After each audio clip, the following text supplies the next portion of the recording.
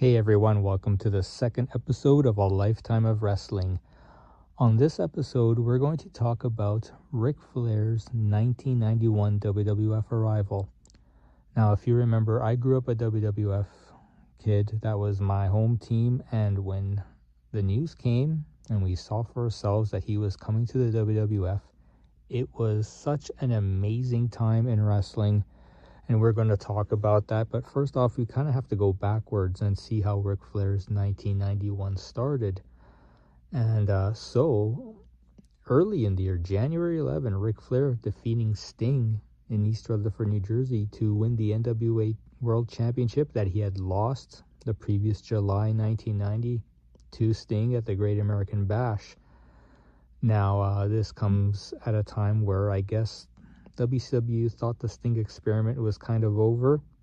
They did the whole spiel at Starrcade 90 where the Black Scorpion was revealed to be Ric Flair, taunting Sting all these months. And then it was at a house show in early January. Outside was a blizzard going on there in New Jersey where Ric Flair became the champion again. And things seemed back to normal as it had been in WCW/Crockett Promotions, NWA, for so long. And we also had a new looking Ric Flair with the what we called back in the day the old mushroom haircut, having cut it short for the whole Black Scorpion angle, looking different. But I guess at the time it was a lot more like the status quo. He'd been champion off and on, and for the most part on, since 1981. Every time he had lost the title, he'd win it right back, sometimes within days or weeks. And WCW just went back to that whole ball there with Ric Flair. And you get into February at Wrestle War, where they did a War Games of the Four Horsemen, minus Arn Anderson, who had Larry Zbyszko substitute for him, going up against Sting, Flying Brian Pillman, and the Steiner brothers. For Horsemen actually winning this War Games, and if I'm not mistaken, the first time ever in WCW history where the heel team won War Games. Take it up into March now, though, where WCW tours Japan and having a joint huge event with New Japan Pro Wrestling, signaling their new relationship with each other, because for the longest time WCW was partnering up with All Japan Wrestling with Giant Baba. So this is a really big deal, and the main event was Ric Flair versus Tatsumi Fujinami, and in Japan it was billed as a title versus title match, as Fujinami was the IWGP Heavyweight Champion, Flair being the WCW World Heavyweight Champion, which, and again, this is where things get muddled, because officially, and a lot of people didn't realize this at the time, but not only was Flair the WCW Champion, but he was also the NWA Champion still. And in this match, there was some chicanery, of course. Ric Flair had tossed out Fujinami over the top rope while the referee was knocked out. And schmoz later, Fujinami scores a pin on Flair, essentially in the eyes of the Japanese wrestling fans, becoming the WCW World Heavyweight Champion. Now, in America, the match was ruled to have been a no contest or a disqualification due to that over-the-top rope thing, but quietly, the NWA upheld that as being a title change, so Fujinami officially was the NWA champion, as well as the IWGP champion, while Flair maintained his status as WCW champion. All this led to a rematch in Super Brawl, the first ever Super Brawl in May of 1991, where, again, according to America's eyes, it was just a simple rematch, only for the WCW World Heavyweight Championship. Flair wins the match. However, in winning that match, according to eyes in Japan and the NWA, Flair regained the NWA Championship by winning that match, effectively having the two titles again, even though, like I said, and as we all know, you never really knew that he had two titles. They never told you any of this stuff. So we go into June 1991 at the Clash of the Champions, where Flair defends the WCW title against beautiful Bobby Eaton in a best 2 out of 3 falls match. Unfortunately, there is only so little time left on the show for them to have a really long match, which was won by Flair 2-1.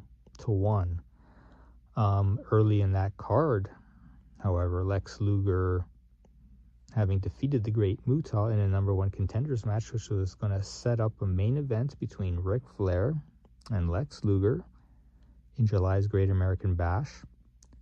July 14 it would have been, in a steel cage match, and this was, if you remember listening to episode 1 of this podcast, this was supposed to be Luger's time to shine, to finally beat Ric Flair and become the champion, right? So, but a lot of things along that way happened where Flair got into a behind-the-scenes struggle with president of WCW, Executive Vice President Jim Herd. Now, Herd has been trying to get the title off Flair many times, where Flair would always refuse to drop the title unless he was given a new contract.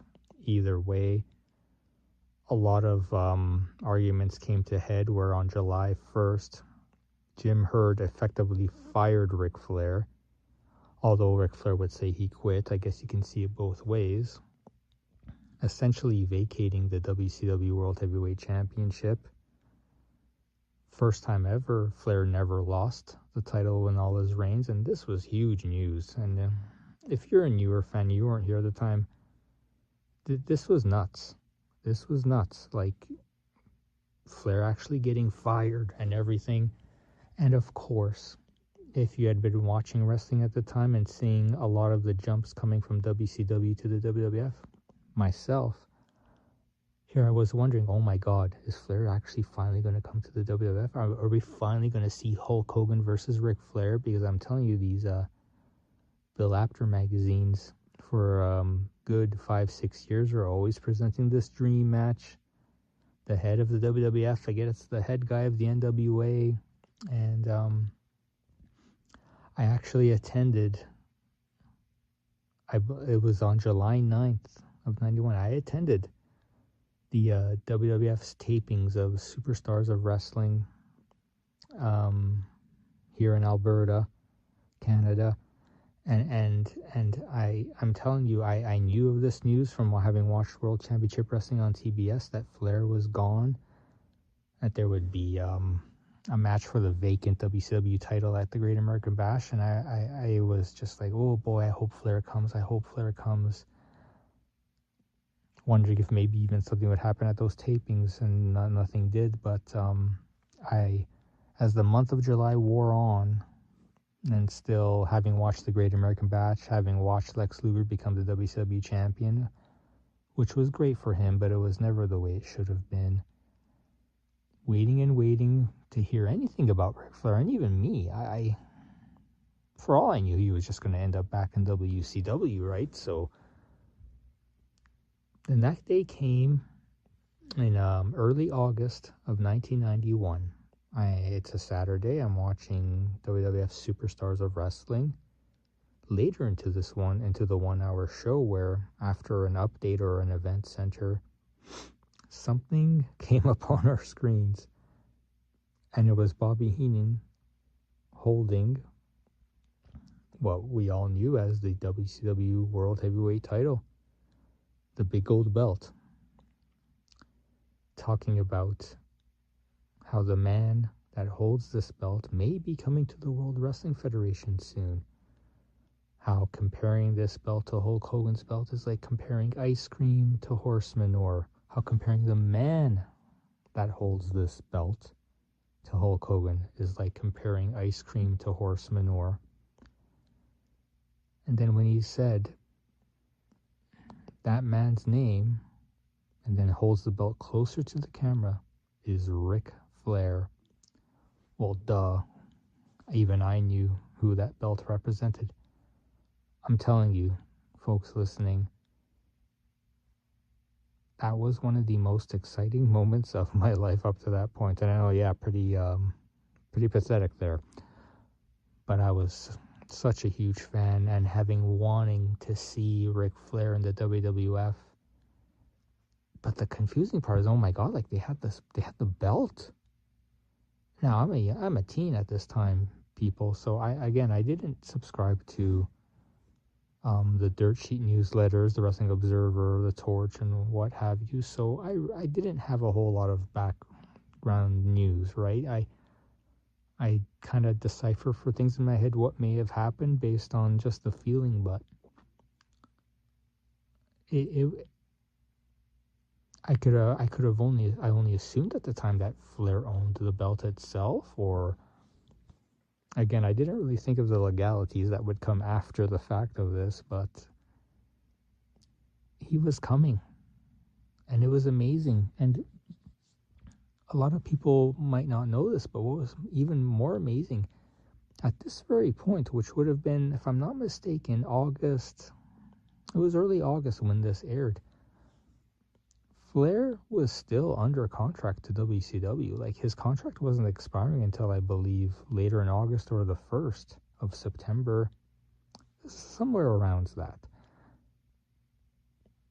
The funny part was, this could have all blown up in the WWF's face. He could have, apparently Flair even had another meeting with WCW to try to iron out one more thing after he verbally promised Vince that he would be coming in and sending Vince the belt. Could you imagine if somehow WCW ended up convincing Flair to stay, and those clips with Heenan would have all been for naught? Like, how embarrassing that would have been for the WWF too. But I guess it kind of goes to show that Vince likely trusted Flair 100%. And quite frankly, they could have gone around it by trashing the belt and trashing Flair too on their TV. Although, still, that would have, in my opinion, that would have just ruined things. But thankfully, it didn't. And they kept Flair would keep teasing Flair coming in as the weeks were coming, with having the belt at the commentary table, being a part of a funeral parlor segment with Paul Bearer, where again he talked big about Flair, and Roddy Piper would come in to nose into this, taking the belt away from Heenan and spitting on it after Heenan spoke poorly about Piper. And then as I'm watching, I'm like, oh wow, like a big, they're starting this, Flair's going to be feuding with Piper coming in. This is great. Because you have to remember, we're going into SummerSlam. Immediately in my head has to be Hogan versus Flair at WrestleMania 8, where in my mind Hogan would conquer Flair, further solidifying the WWF's dominance of the pro wrestling world. So SummerSlam comes, and more teasing again, where Heenan holding the belt backstage, going up to Hogan's locker room, knocking on it. Now, you never saw Hogan, but once the door opened, you'd see Heenan say, "I'm here representing the real world champion, Ric Flair," and Hogan, and the door slamming right in Bob Heenan's face. So, of course, teasing a storyline with Hogan too. It was such an amazing time, folks, because while they weren't completely acknowledging WCW, you have to understand, at this time, since the 1984, the WWF acted like no other wrestling company existed on their TV. Guys would come into the company like Tully Blanchard, Arn Anderson, Barry Windham would return, Dusty Rhodes would come in '89, the Road Warriors, Sid, just a month or two prior, Sid Justice, before Flair would come in. They would never tell you about what they accomplished in their careers, how they were huge stars in the NWA. It's almost like they treated all these guys like they were rookies. Even Harley Race. So bringing in Flair when they did, having that championship belt, and even as you would see later on, when Flair would make one of his first appearances on Superstars, finally in person, and Paul Bearer's funeral parlor, and even before that, his real TV debut on Primetime Wrestling, during back in the old studio days where they had a mock little audience who would cheer on cue and all those good things. Ric Flair said, and essentially that I've been to Hulk Hogan, I've been calling out your name for 10 years. While you're out filming movies, I was out winning world titles. Now, without naming the company names of where these titles came from, this was the closest the WWF ever got to acknowledging that a world outside of their bubble existed. So even that, to my young years and having watched for so many years, and I knew that the WWF was doing this, that was such a refreshing thing at the time. To finally, like, watch and listen to them lift that veil just a little bit. Because, like, quite frankly, it's one thing to bring in Tully Blanchard and Arn Anderson and act like they're new, which is egregious enough in a sense. You couldn't just bring in Ric Flair in 1991 and act like he wasn't Ric Flair. They would have never changed his name, but you couldn't act like he wasn't who he was. So kudos to them for that, because if there was no mention in any way that this was the greatest wrestler of all time or second greatest wrestler or even close to that, it would have been such a failure in a sense, obviously, right? So anyhow, Flair does come in after his contract expires with WCW. He makes that primetime wrestling appearance, that appearance on Superstars, on the funeral parlors I mentioned. But man, the really great angle that they ran in September was on Superstars, where he was going to make his first in-ring appearance. So we come to the end of the show, and they are playing that music from 2001, A Space Odyssey. And there's another thing that they didn't change about him either, that he kept his look, his appearance, and his music. They introduced the jobber, and then that music hits, and out comes Flair, undoes his robe on the walkway, showing off the big gold belt. This is the belt that makes me the real world champion, he says. And as he's turning around with his arms spread, displaying all of his glory, he stops and notices Roddy Piper at the commentary desk. And he's just laughing it up, almost like saying, "Oh, here's this big mouth." Walks up to the commentary desk, up the steps, and you have Flair, Vince McMahon, and Randy Savage on color commentary too. And Piper's just sitting straight forward, sitting down. None of them are standing up for Flair being there. And Piper, you can tell he's doing all he can to just move on, not pay attention. I don't want to get in any trouble. And Flair is just dogging him from behind, just nudging him, shoving him a bit in his shoulder. Another shove here. Then smacks the headset off of Piper's head. And that was too much. Piper gets up slowly, turns around. They have a face-to-face, and you can hear Vince saying, Roddy, please, calm down. This isn't worth it. And you can see all that tension. And Piper going, "No, I think you're the one that has the problem." And then Flair laughing, "Is that a fact?" I remember he looks over to Vince, says, "McMahon, do you have a problem with me calling myself the champ?"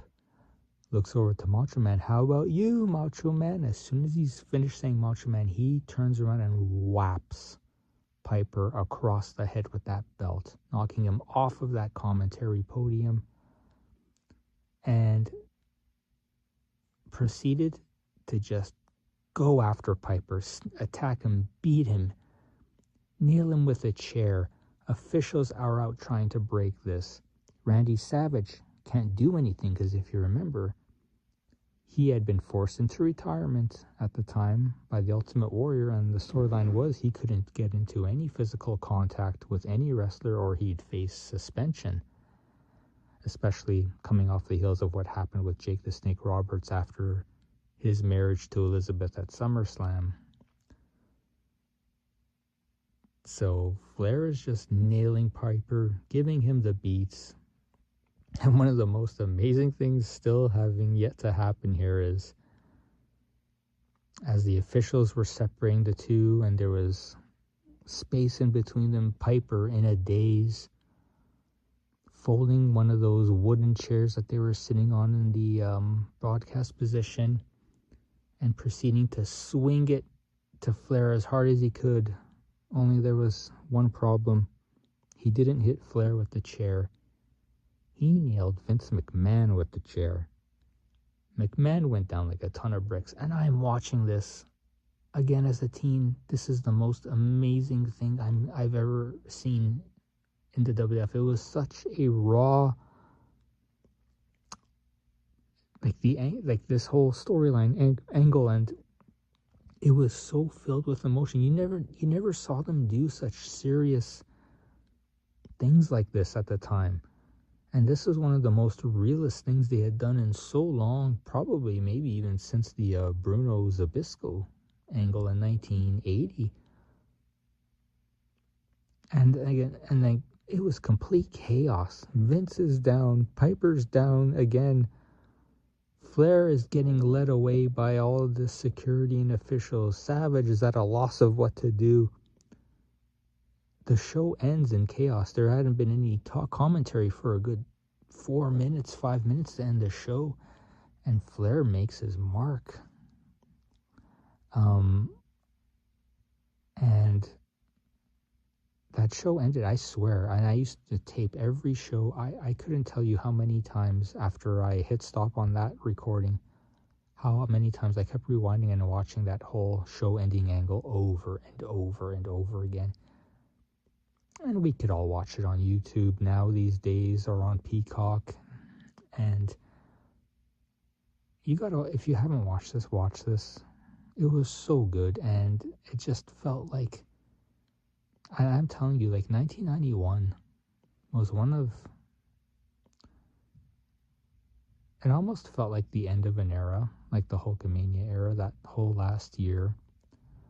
And seeing all of this happen, and it was just so amazing because, like, this feud with Piper's going on. I'm seeing Flair Hogan at WrestleMania. Sid has come in. The whole angle with Savage. Bret Hart having become the Intercontinental Champion. There's so many new, fresh things going on, and it felt so hot, and I was so excited.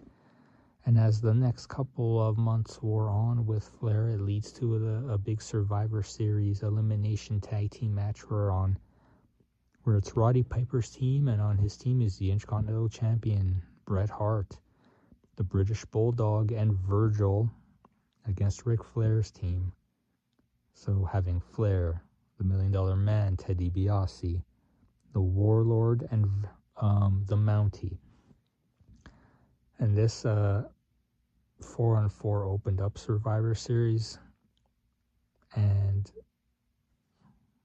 like I said, as you know, it was an elimination match. Unfortunately, it was kind of a disappointing one because they had two quick eliminations where Piper eliminated the Warlord and the British Bulldog was eliminated by Flair, leaving 3 versus 3. And instead of doing more individual eliminations, near the end of the match, there was a huge brawl with the remaining 6 competitors that spilled to the outside.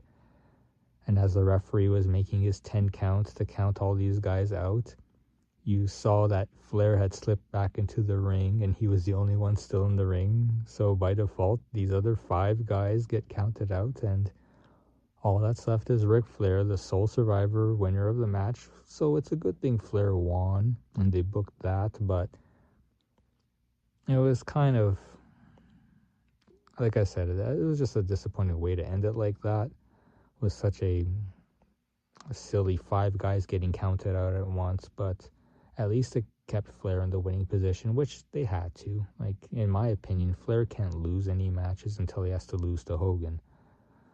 And later that night, Hogan defended the WWF title against The Undertaker, and of course Ric Flair interferes in the match, helping The Undertaker win the title. And while I didn't mind Undertaker being champion, I kind of felt a bit let down because, in my opinion, not knowing what was going to happen in the future, I'm still thinking it's Flair Hogan at WrestleMania 8. Why is Hogan losing his title to Undertaker? right? Of course, they have a rematch 6 days later at Tuesday in Texas where Flair tries to interfere again, but Hogan reversing that interference and getting the win back from Undertaker to win the title back, which led to just a big issue with Jack Tunney vacating the title, which led to Ric Flair winning it in the Royal Rumble. And I'm only talking about Ric Flair's 1991 here, but I gotta tell you, it was so amazing to see Ric Flair in that setting into the WWF with the great TV production values that they had, and just seeing him with these mega stars around him and all the things that could have been and would have been to come. Like, in my mind, he would have been in the WWF forever at the time. Granted, he was only there about a year and a half before going back to WCW in early 1993, but what an impression he made in such a short time that he was there, especially, that whole 1991 of his, where it was such a big up and down for him, year two, having to go through the deal with Jim Herd at WCW, and finally being able to grace us in the WWF. And so for that 1991, for that belt showing on TV, and sure, by the end of the year, WCW's lawyers were able to get that belt back, and they had to video distort it for a little while, but it doesn't change the fact that he still got it in there.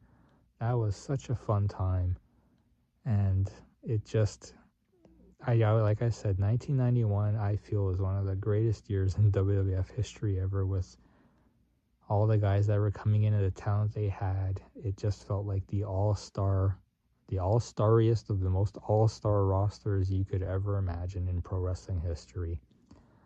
So I'm going to leave it at that. I'm hoping you guys enjoyed it. This one was a quicker one, but like I said, it's a rustic wrestling podcast. And again, I as I mentioned in my last show, please check out other great podcasters, like both of Jim Cornette's podcasts, The Lapsed Fan. Look up Alt Jake. Look up Pro Wrestle Clips with Phil Marks, Tiny Toon Wrestling, The Death of AEW,